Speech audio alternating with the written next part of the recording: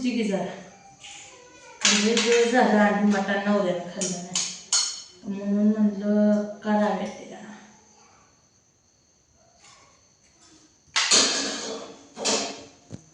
कांदा बघा चिरून ठेवला बघा, बारीक कांदा बघा चिरला मी. अगं बघा चिरलं बघा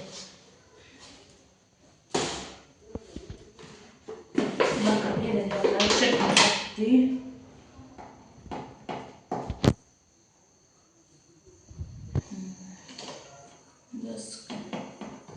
लय तिखट बी झालं वाटत नाही आणि लय मिठाचं बी खावं वाटत बरोबर.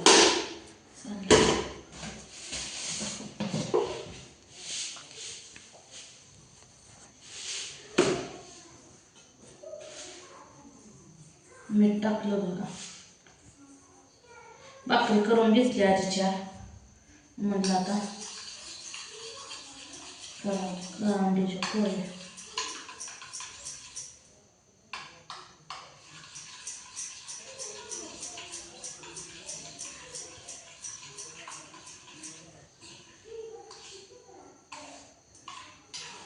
तुमचं झालं का नाही जेवण सांगा.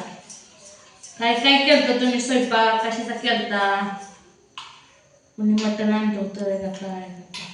काल माझ्या आईने मटण आणलं होतं बघा.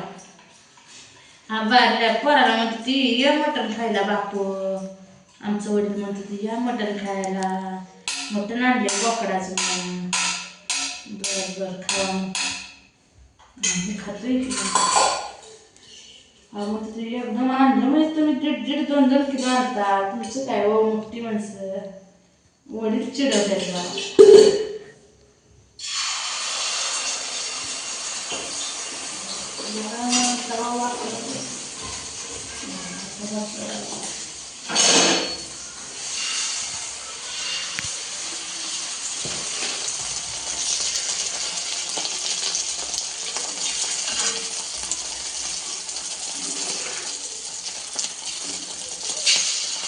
अशी भाजली बघा पोळी.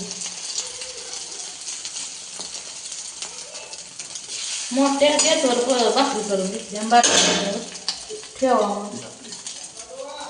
नाहीतर गॅस शिजून जाते. आता बघा झालं, आता पचू दे पाहिजे जरा करणार.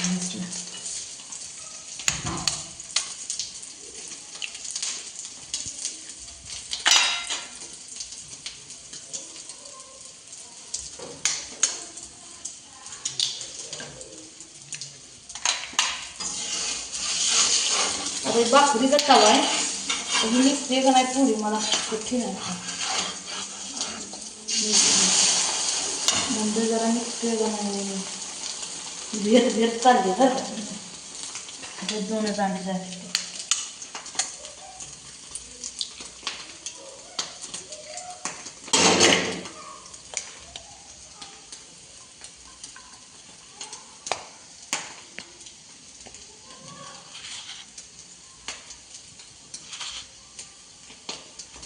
भाजली वरची भाजली.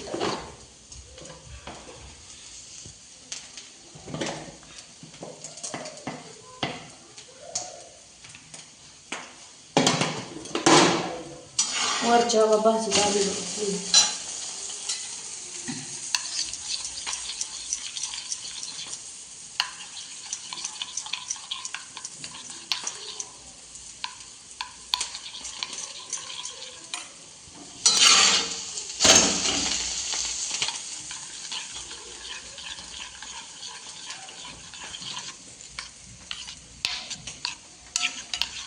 हे असं हलवावं लागतं, नाही तर चटणी मीठ एका जागेला राहतंय.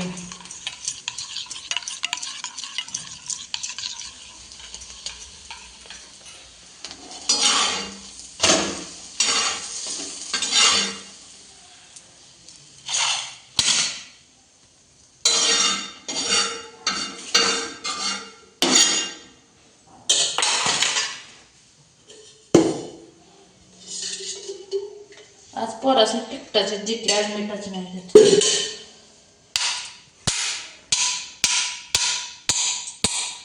पडते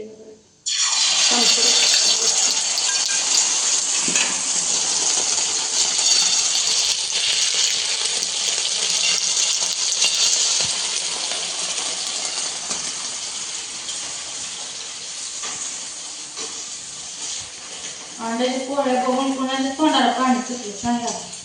खमंजा दिसतात. ठसका लागला ठसका. चटणी खायच आपली खतरनाक कशी हो.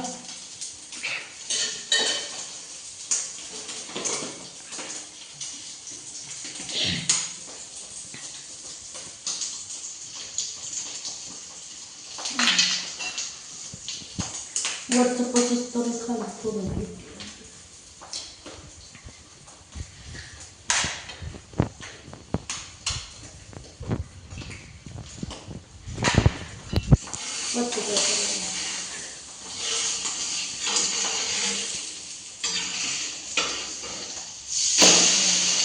मोठ्या गॅसवरच होत आहे. त्याला लेट फास्ट भाजावं लागते. भाजतेच न बिना तिथली अंडी तर भाजली पाहिजे.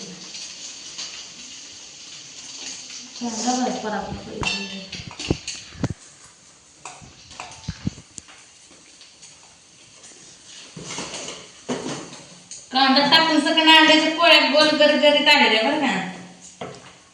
आता तसं खतरनाकच आहे.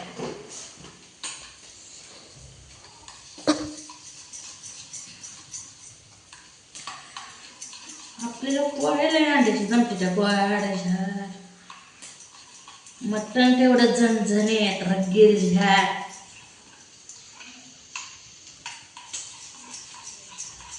डोकं बघा माझं जरा टेन्शन घेतलं की दुखतच राहतं या.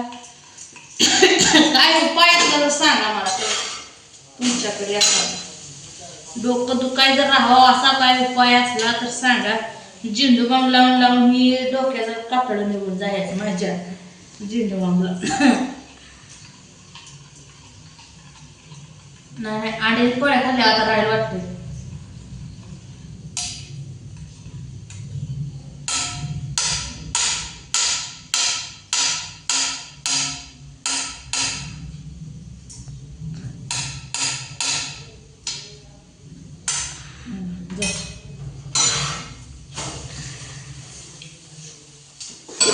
मला बी हसतं व कच्चं राहिलं पिलं कसं करायचं. कच्चं खा वाटतंय. कशा वाजले ते पोळ्या.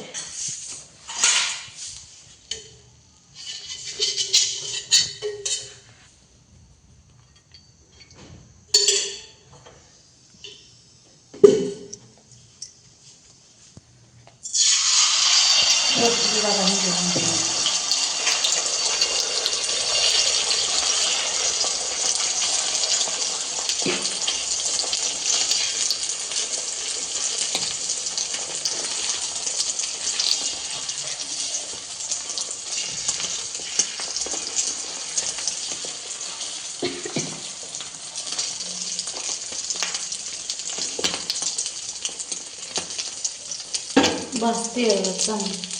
आता तेल भरपूर झालं त्यामुळे वतावत राहत नाही.